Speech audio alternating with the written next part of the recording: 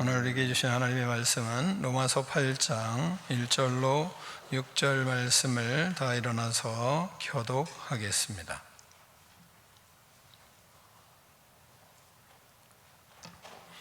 그러므로 이제 그리스도 예수 안에 있는 자에게는 결코 정죄함이 없나니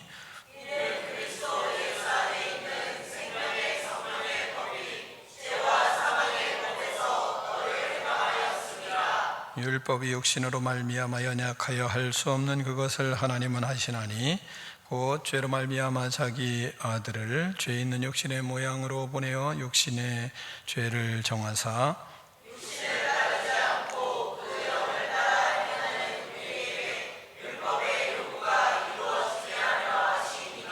육신을 따르는 자는 육신의 일을, 영을 따르는 자는 영의 일을 생각하나니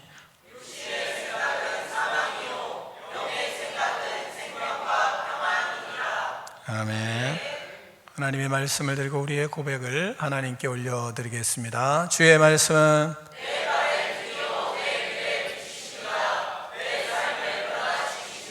주께서 말씀하신 대로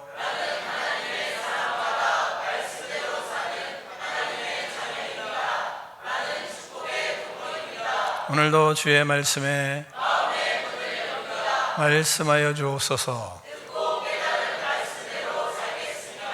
아멘. 다 자리에 앉겠습니다. 말씀의 제목을 크게 두 번 읽겠습니다. 시작. 아멘. 광복절 8월 15일 어제입니다. 81주년이 지났습니다. 우리 민족은 1910년부터 1945년까지 36년 동안 일제 일본 제국주의의 지배를 받아왔습니다. 그리고 해방을 경험하였습니다. 36년은 짧은 기간은 아닙니다. 한 인생으로 생각하면 한 아이가 태어나서 청년이 되고 또한 장년이 돼서 가정을 이루어가고 자녀를 낳고 또 가정으로서의 역할들을 감당하는 그런 기간이라고 할 수 있습니다. 이 민족은 그렇게 긴 세월 동안 일제 탄압을 받고 나라를 잃은 서름과 자유를 잃은 고통 속에 살았었습니다. 일제강점기의 고통은 단순히 정치적 지배를 받는다는 정도가 아니었습니다. 나라의 모든 주권을 다 빼앗겼고 또 우리의 글도 쓰지 못하고 다 빼앗겼고 그런 억압들을 이제 받았습니다. 뿐만 아니라 창씨개명까지도 강요받아서 성을 다 갈아야 되는 그런 지경까지 이르렀던 것입니다. 많은 사람들이 강제 노동을 당하였고 또한 또 여인들은 젊은 여자들은 전쟁에 끌려나가서 수많은 고통을 당해야 했습니다. 그런 아픔이 아직까지도 치유되지 않는 부분도 많이 있습니다. 그렇게 많은 피해를 당했습니다. 또한 수많은 독립운동가들이 생명을 잃는 일들 많이 있었고 또한 감옥에 갇히고 고문도 많이 당하였습니다. 우리가 가장 절실한 것은 무엇입니까? 자유입니다. 1945년 8월 15일 일본의 패망과 함께 우리 민족이 이제 해방을 하게 되었습니다. 그날 수많은 사람들이 태극기를 들고 길거리에 나와서 대한독립만세를 외치고 독립투사들은 감옥에서 풀려나는 강제로 빼앗겼던 자유를 다시 되찾는 그런 시간이 되었습니다. 광복은 단순히 일본이 물러간 날만이 아닙니다. 우리가 빼앗겼던 주권을 되찾은 날이고 또한 억압에서 벗어난 날이고 그리고 자유를 찾은 날입니다. 그런데 오늘 우리가 로마서 8장을 읽으며 우리는 놀라운 사실을 깊이 발견해야 하고 또한 깊이 마음에 새겨야 하는 말씀입니다. 일제의 지배에서 해방되었다고 해서 인간의 모든 속박이 다 풀려난 것은 아니라는 것을 우리는 깨닫기 때문입니다. 일제강점기의 속박보다 더 깊은 속박이 우리에게 있기 때문입니다. 감옥보다 더 무서운 감옥이 있고 또한 쇠사슬보다 더 강한 쇠사슬이 있습니다. 그것은 바로 죄의 사슬입니다. 사람은 정치적으로 자유로워도 죄에 매여 살아가는 경우가 많습니다.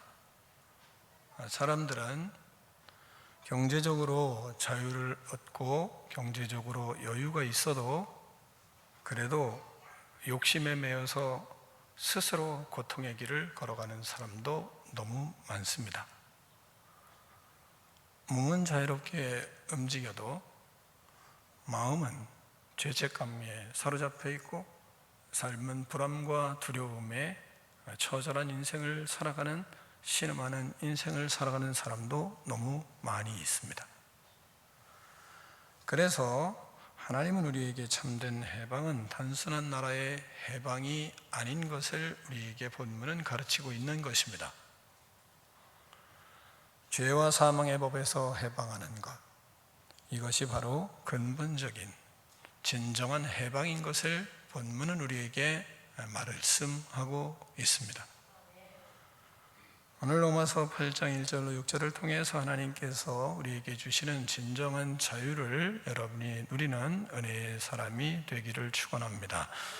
먼저는 예수 그리스도 안에서는 정죄함이 없습니다. 1절을 같이 읽겠습니다. 1절입니다. 시작.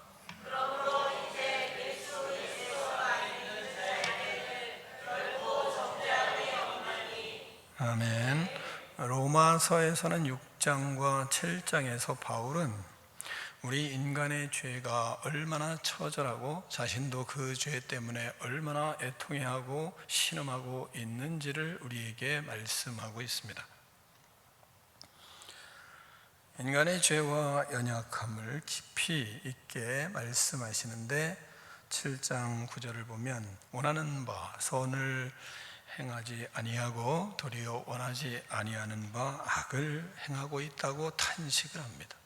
더 큰 탄식은 오라 나는 그래서 곤고한 사람이로다.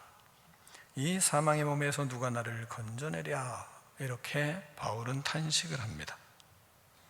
그런데 8장에 들어오면서 분위기가 확 달라지는 것입니다. 8장 시작이 그러므로 이제 그리스도 예수 안에 있는 자에게는 결코 정죄함이 없나니 정죄함이 없다 선포를 하고 있습니다. 정죄함이 없는 겁니다. 중요한 것은 그거 아닙니까? 내가 죄를 짓지 않았기 때문에 정죄함이 없는 게 아니라 죄를 지었는데도 불구하고 그리스도 예수 안에 있는 사람에게는 정죄할 사람이 없다 선포하니까, 그러니까 말씀을 제대로 들으면 충격이 되는 겁니다. 내가 완벽하기 때문이 아니라 죄를 짓는데도 불구하고 예수 그리스도 안에 들어가면 죄가 없다 하나님이 말씀하시기 때문입니다. 예수 그리스도 안에 있는 자에게는 결코 정죄함이 없습니다. 믿으시기를 축원합니다. 우리가 죄를 지었지만 예수님께서 우리 죄를 대신 담당하시고 십자가에서 모든 죄짐을 다 짊어지셨습니다. 그러므로 예수 그리스도를 믿는 사람은 더 이상 죄의 재판정에서 불안해할 이유가 없습니다. 왜? 유죄를 기다리는, 판정을 기다리는 사람이 아니기 때문입니다. 이미 그리스도께서 우리의 모든 죄를 다 치르셨기 때문입니다. 할렐루야. 우리는 일제강점기 시절에 수많은 독립운동가들이 참혹한 고문을 당하고 그리고 갇혀 있었던 곳이 어딘 줄 압니다. 이게 서대문 형무소입니다. 가면 어떻게 이렇게 인간을 취급할 수 있을까? 어떤 면에서는 저 스스로 어떻게 기상천외한 고문들을 했을까? 이런 생각이 들 정도입니다. 그런데 1945년 8월 15일 광복이 찾아오면서 상황이 확 달라져 버렸습니다. 그날을 기점으로 말입니다. 갇혔던 사람들이 풀려났습니다. 왜 풀려났습니까? 그들이 갑자기 너희들은 죄가 없다 이래서 풀려났습니까? 아닙니다. 시대가 바뀌었기 때문입니다. 그들을 억눌렀던 권세가 무너졌기 때문입니다. 우리도 마찬가지입니다. 우리 안에 죄가 없어서 우리가 자유를 얻고 죄가 없어서 우리가 정죄함을 받지 않는 것이 아니란 말입니다. 우리는 죄의 결과를 피할 수 없는 인간들입니다. 그러나 예수 그리스도께서 내 안에 들어오시는 그 시점으로 시대는 바뀌는 겁니다. 내 인생의 시대가 바뀌었어요. 그래서 바울은 말씀을 선포하는 겁니다. 그리스도 예수 안에 있는 자에게는 결코 정잠이 없다.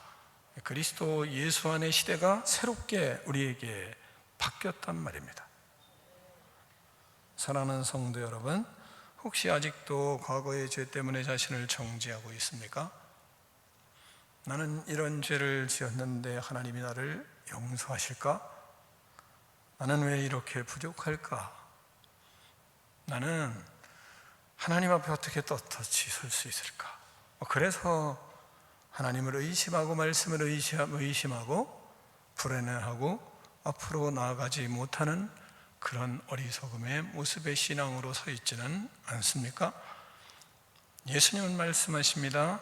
예수 그리스도 안에 있는 사람에게는 결코 정죄함이 없나니. 죄를 가볍게 여기라는 말이 아닙니다. 죄를 회개하고 예수 그리스도의 십자가를 의지했으면, 그분이 나의 주인 되었으면 분명히 주인 되었음을 인정하고 주인을 따라가는 삶을 살아갈 때 죄책감의 감옥에 갇혀서 허덕이는 인생이 아니라 진정한 자유가 무엇인지를 맛보게 하시는 그 하나님의 은혜를 누리며 살아야 된다는 말씀입니다. 예수님께서 나의 모든 죄값을 다 치르셨습니다. 믿으시기를 축원합니다. 그러므로 우리는 정죄받는 사람이 아니라 용서받은 죄인임을 깨달으시고 용서받은 하나님의 자녀로 살아가는 의로운 믿음의 백성들이 되시기를 축원합니다. 그리스도 예수 안에 있는 자에게는 결코 정죄함이 없습니다. 두 번째, 성령의 법이 우리를 죄와 사망의 법에서 해방시키셨습니다. 2절을 같이 읽겠습니다. 2절입니다. 시작.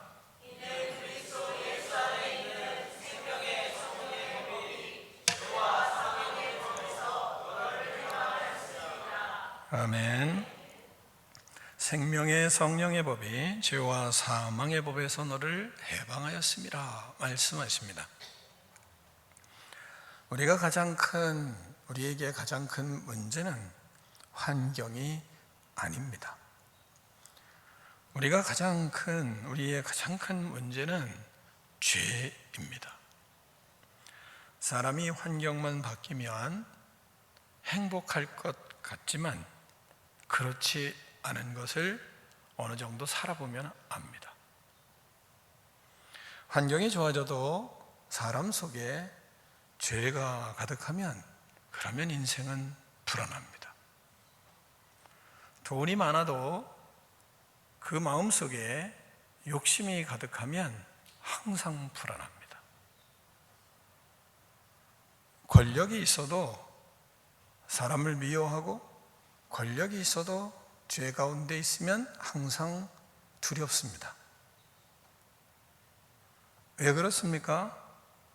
인간을 진짜 묶고 있는 것은 환경의 쇠사슬이 아니라 그 마음속에 있는 죄의 사슬이 그를 묶고 있을 때 인간에게는 가장 큰 고통이 오기 때문입니다.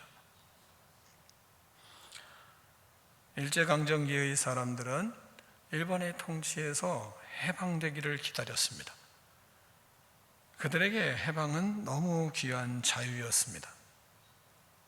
그러나 오늘 우리는 더 깊은 의미의 질문을 던질 것을 성경은 우리에게 가르치고 있는 것입니다. 지금 무엇에 묶여 있느냐?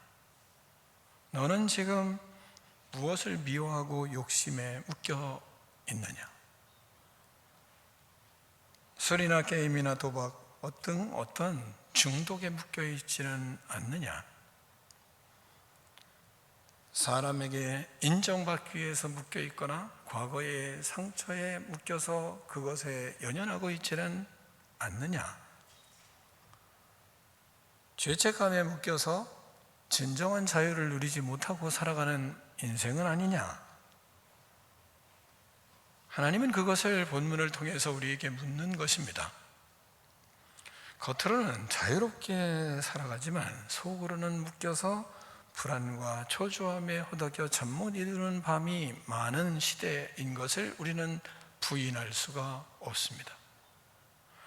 이 시대의 매스컴을 조금 대하면 많은 상담의 프로그램들이 뜨고 있는 것을 여러분은 알고 있을 줄 압니다. 부부 간의 상담도 너무 많아요. 뿐만 아니라 또 그런 이호선 씨라든지 아니면 또 여러분이 잘 아는 사람들 막 뜨잖아요. 연예인보다 더 뜨잖아요. 또 의사 출신이었던 사람도 더 뜹니다. 왜 그렇습니까? 사람들의 마음이 다 아프기 때문입니다. 다 고통 속에 살기 때문에 그렇습니다. 외적인 환경이 아니라 내면이 다 죄악에 붙들려 있기 때문에, 그래서 사람을 용서하지도 못하고 또 사람들에게 인정받기만을 원하고, 그리고 과거의 상처에 묶여서 자유롭지를 못한 것입니다. 이런 것이 인간의 내면 속에 강한 거예요. 항상 그래서 불안합니다. 여러분이 일제강점기에 유명한 시인 중에 윤동주 시인이 있지 않습니까? 그분이 뭐라고 했는지 너무나 잘 아는 구절이잖아요. 별을 노래하는 마음으로 모든 죽어가는 것을 사랑해야지, 이러잖아요. 그게 무슨 얘기입니까? 사람은 외부의 억압만으로 고통받는 존재가 아니라는 거예요. 진정한 고통은 그 마음속에 내면의 양심과 죄의 문제를 가지고 살아가는 그 고통이 너무 큰 것이 인간이라는 겁니다. 그 고통이 큰 거예요. 그래서 정치적인 해방만으로 인간의 모든 문제가 해결되는 것은 아닙니다. 정치인들이 우리에게 진정한 해방을 주나요? 우리에게 진정한 자유를 줍니까? 그것 때문에 항상 불평하고 항상 원망의 대상이 대통령도 되고 국회의원도 되잖아요. 왜? 그들은 우리에게 대안이 아니기 때문인 것을 너무나 잘 우리는 인정하고 있는 것입니다.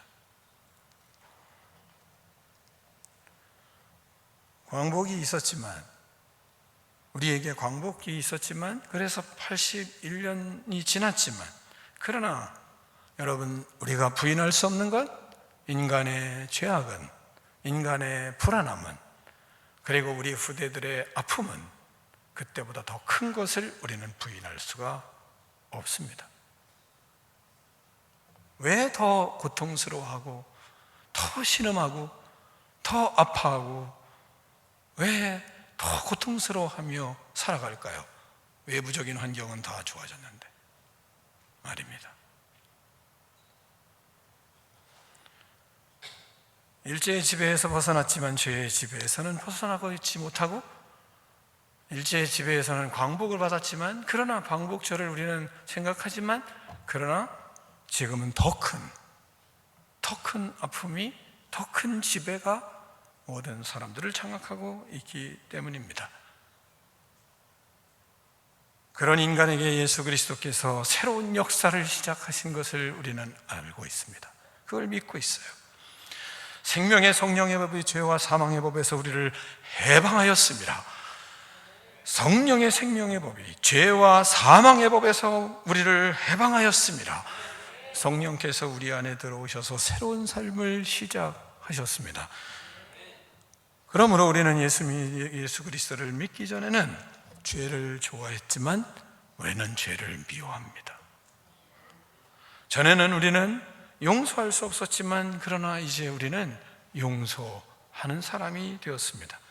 전에 하나님이 없었지만 이제는 우리는 하나님을 찾고 하나님과 동행하며 살고 있습니다. 전에는 세상의 것만 바라보았지만 이제는 하나님의 나라를 바라보며 살아가고 있습니다. 이것이 성령께서 주시는 참된 자유를 누리는 사람에게 주시는 복입니다.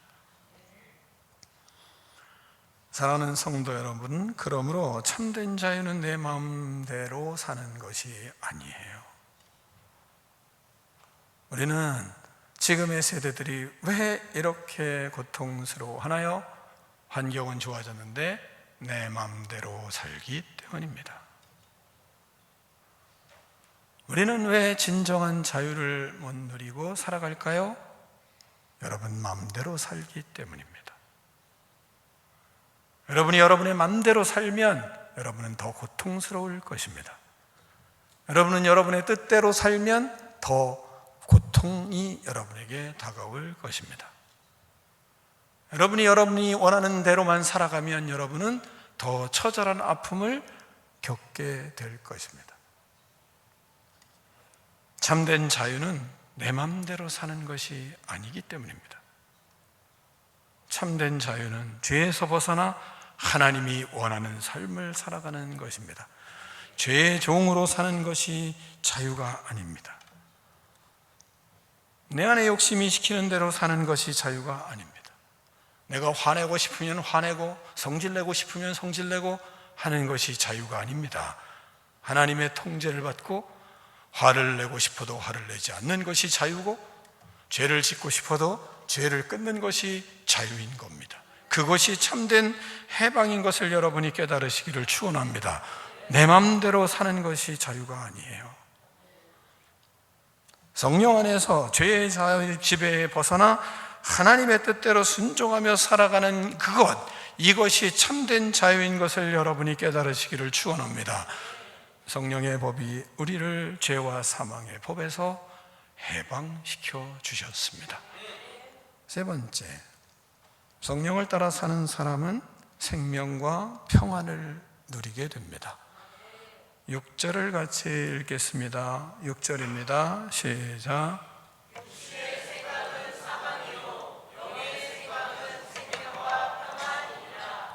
아멘. 이제 바울은 해방받은 사람이 어떻게 살아야 하는지를 우리에게 말씀합니다. 생명의 성령의 법이 죄와 사망의 법에서 너를 해방하였습니다. 말씀하십니다. 육신의 생명은 사망이고 또한 영의 생명은 생명과 평안이니라 말씀하십니다. 우리에게 두 가지 길을 제시하는 거예요. 육신의 길을 갈 거냐? 그리고 성령의 길을 갈 거냐? 어떤 길을 갈 건지 우리에게 선택할 것을 말씀하는 겁니다. 육신의 길은 육신의 생각을 따라서 사는 거예요. 그리고 결국은 사망을 맞이하게 되는 겁니다. 성령의 길은 성령을 따라가면 평안과 생명과 평안의 길이 있다고 우리에게 말씀하십니다. 육신은 하나님을 떠나 자기 자신을 중심으로 살아가는 인간 본성을 말하는 겁니다. 자기 본성대로, 자기 뜻대로 사는 것이 육신의 길입니다. 내가 원하는 대로, 내 생각대로, 내 욕심 채우기 위해서 살아가는 것, 자기 중심으로 사는 것이 바로 육신의 생각이요, 육신의 길이요, 그렇게 가면 사망이다 말씀하시는 겁니다. 그러나 성령을 따라가면 어떻게 된다고 하십니까? 생명이 있고 거기엔 평안이 있다 말씀하십니다. 하나님께서 우리를 죄에서 해방시킨 목적은 단순히 죄를 안 짓는 사람으로 만들기 위한 것만이 아닙니다. 생명을 누리고 평안을 누리는 하나님의 자녀로 이 땅에서 살아가며 주님의 영광을 나타내는 멋진 인생을 살도록 하기 위한 것입니다. 여러분, 우리에게 해방이 왔어요. 광복이 왔어요. 그러면 여러분, 1948년 8월 15일 날 광복이 오니까, 해방이 오니까 수많은 사람들이 태극기를 들고 물결처럼 바깥으로 나가서 거리에서 막 태극기를 흔든 것을 우리는 다 생각을 합니다. 3.1절만 그런 게 아니고, 거리에서 대한독립 만세를 외치는 그런 사람들, 그것으로 인해서 이제 더 이상 일본의 통치를 받지 않는다는 사실을 온몸으로 표현하는 겁니다. 그런데 광복이 되었는데도 다시 일본의 통치 아래 돌아가고 싶어 하는 사람이 있겠습니까? 그런 사람 있을까요? 정신병자 외에는. 여기에 그런 사람 한 사람이라도 있나요? 그 사람은 치료를 받아야 되겠죠. 그런 사람 없습니다. 다시 그때로, 일제강점기로 다시 돌아가고 싶다 하는 사람 한 사람도 없습니다. 해방과 자유를 아는 사람은 단 한 사람도 그런 사람이 없습니다. 마찬가지로 우리가 예수 그리스도 안에서 죄와 사망의 법에서 해방과 참 자유를 주신 것을 알고 믿는다면, 그러면 다시 죄의 지배를 받으며 죄악된 생활로 돌아가고 싶은 사람 단 한 사람이라도 있을까요? 그럼 왜 거기로 가는 걸까요? 모르기 때문입니다. 그것을 안다면, 그 은혜를 안다면, 그 자유가 얼마나 소중한지 안다면 내 영혼이 사냥꾼의 올무에서 새같이 날아가는 이 엄청난 영혼의 자유를 진실로 믿고 안다면 그 죄악의 길은 단 한 사람도, 믿는 사람은 가지 않을 것입니다. 하나님께서 우리에게 자유를 주셨습니다. 죄와 사망의 법에서 해방과 자유를 얻는 믿음의 사람으로, 하나님의 자녀로 살도록 하나님이 우리에게 이 엄청난 은혜를 주셨습니다. 그래서 우리는 하나님의 자녀답게 살 수밖에 없고 살아야만 되고 사는 사람인 거예요. 성령을 따라 그래서 우리는 사는 겁니다. 말씀을 따라 그래서 사는 거예요. 우리는 타협을 할 수가 없어요. 왜요? 다시 일제강점기 속으로 들어갈 인간이 한 사람도 없는 것처럼 우리는 영혼의 참 자유를 얻은 사람인 것을 알고, 예수 그리스도께서 십자가에 나를 위하여 못 박혀 죽으시면서까지도 나를 구원하신 이 은혜가 무엇인지를 분명히 알고 믿는 사람이라면 절대로 다시 죄악으로 돌아갈 수가 없는 겁니다. 그러므로 우리는 하나님께 기도하고 십자가의 사랑을 실천하려고 애를 쓰는 것이고, 때로는 실수할 수 있지만 그러나 또다시 실수할 수 있지만 그러나 또다시 자신을 하나님께로 방향을 틀어서 또다시 하나님 앞에 자기 자신을 온전히 올려드리는 것입니다. 모두를 용서하고 싶지 않은 일들이 생겨도 그래도 어떡하든 용서하려고 하고, 헌신하고 싶지 않으면서도 그래도 나는 은혜를 아니까 다시 헌신해야지 하고 방향을 트는 것이고, 주님 앞에 모든 것이 하나님의 것입니다 하고 예물을 구별하려고 하는 마음이 없다가도 아니지, 내가 누군데, 내가 하나님의 사람이요 모든 것이 하나님의 것인데 하고 마음에 다시 또 결단하고 다시 또 결단하며 주님의 뜻을 이루어가는 그 길을 포기하지 않는 인생이 누굽니까? 이 은혜를 아는 사람이니까요. 그래서 우리는 그렇게 다시 또 다시 스텝 바이 스텝을 하는 것입니다. 그런 사람을 하나님은 은혜로 채우시고 성령 안에서 진정한 평안과 진정한 생명과 평안이 무엇인지를 깨달으며 살아가는 것입니다. 그래서 참된 예배자로 서려고 하고, 그럴 때 주께서 주시는 은혜가 갈수록 우리 안에 밀려오는 경험들을 하는 것입니다. 사랑하는 성도 여러분, 우리는 광복을 생각하며 하나님의 말씀을 생각할 수 있는 큰 은혜를 주께서 허락하고 계십니다. 36년 세월 동안 우리의 민족은 자유를 빼앗겼습니다. 우리는 예수 그리스도를 믿기 전 몇 년이었습니까? 우리는 온전히 예수 그리스도 앞에 결단한 믿음의 삶을 살아가려고 했던 그때가 언제입니까? 그 이전은 다 빼앗겼던 시간 아닙니까? 그런데 다시 돌아가시겠습니까? 그리고 주님 앞에 주님을 등 뒤로 하고 살겠습니까? 계속 자신이 노예가 되어 살아가는 그 죄악의 악습을 계속 반복하시겠습니까? 그 우상에 빠져서 여전히 과거의 모습으로 돌아가시겠습니까? 그러면 자유를 모르는 사람 아니겠습니까? 우리는 분명히 해방을 경험했기 때문에 지금 이런 자유를 누립니다.